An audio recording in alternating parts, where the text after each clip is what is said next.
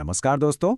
Finally वो दिन आ ही गया जिसका हम सबको बेसब्री से इंतजार था। स्टाफ सिलेक्शन कमीशन ने कांस्टेबल जीडी के फिजिकल टेस्ट यानी पीईटी/पीएसटी का रिजल्ट डिक्लेयर कर दिया है। तो चलिए इस वीडियो में हम इस पूरे रिजल्ट का एकदम डिटेल्ड एनालिसिस करते हैं और ये भी जानते हैं कि आगे का प्रोसेस क्या होने वाला है। देखिए, इस पूरी अपडेट को आसानी से समझने के लिए हमने इसे 5 सिंपल सेक्शंस में डिवाइड कर दिया है।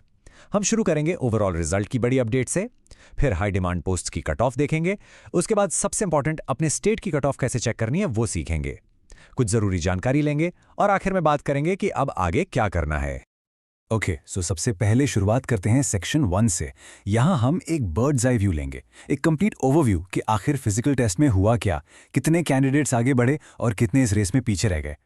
ये है वो फाइनल नंबर।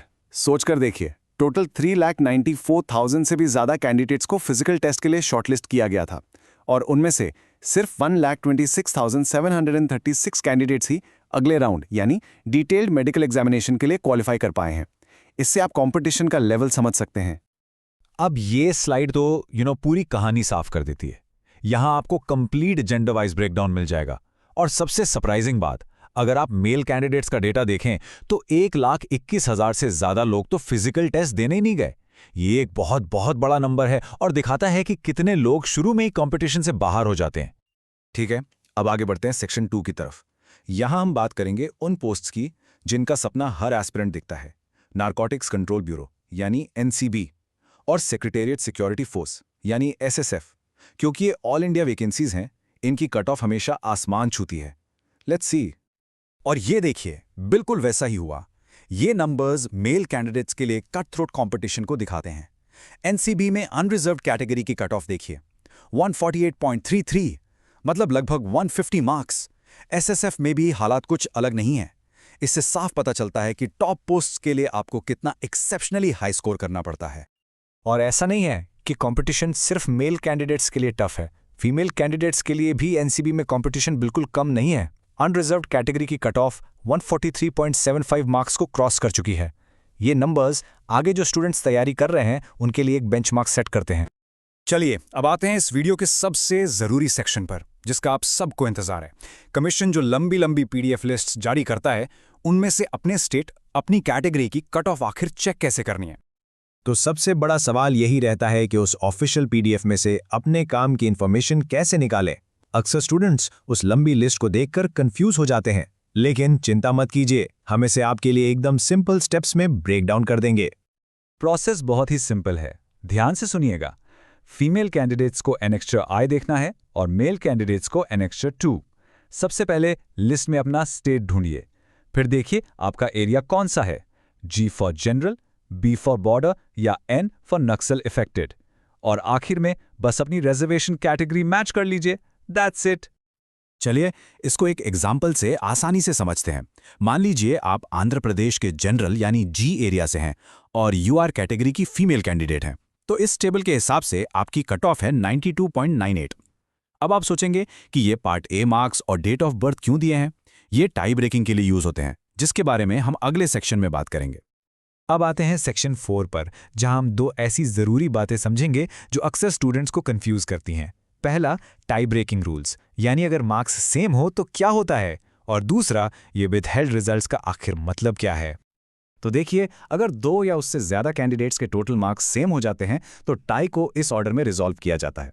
सबसे पहले कंप्यूटर एग्जाम के पार्ट ए के मार्क्स देखे जाते हैं। अगर वो भी सेम है तो पार्ट बी के मार्क्स। अगर वो भी सेम निकलते हैं तो जिस कैंडिडेट की एज ज्यादा है यानी जो सीनियर है उसे प्रेफरेंस मिलती है।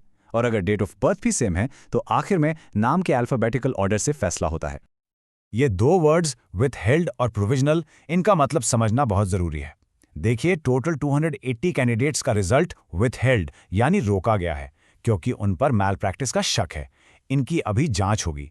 वहीं 2 कैंडिडेट्स का रिजल्ट प्रोविजनल है।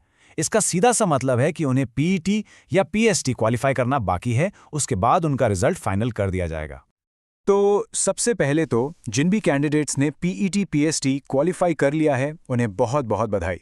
लेकिन पिक्चर अभी बाकी है, रेस अभी खत्म नहीं हुई है। चलिए सेक्शन 5 में समझते हैं कि अगला और आखिरी पड़ाव क्या है, डीएमई और डीवी। तो अगला क्रूशल स्टेज है डीएमई यानी डिटेल्ड मेडिकल एग्जामिनेशन और डीवी यानी डॉक्यूमेंट वेरिफिकेशन। दोस्तों, ये फाइनल स्टेज है। इसके बाद सीधा मेरिट लिस्ट आएगी। यहाँ आपकी मेडिकल फिटनेस और आपके सारे ओरिजिनल डॉक्यूमेंट्स को बहुत ही बारीकी से चेक किया जाएगा। यहाँ कोई भी गलती की गुंजाइश बिल्कुल नहीं है। अब सवाल उठता है कि ये होगा कब और कहाँ।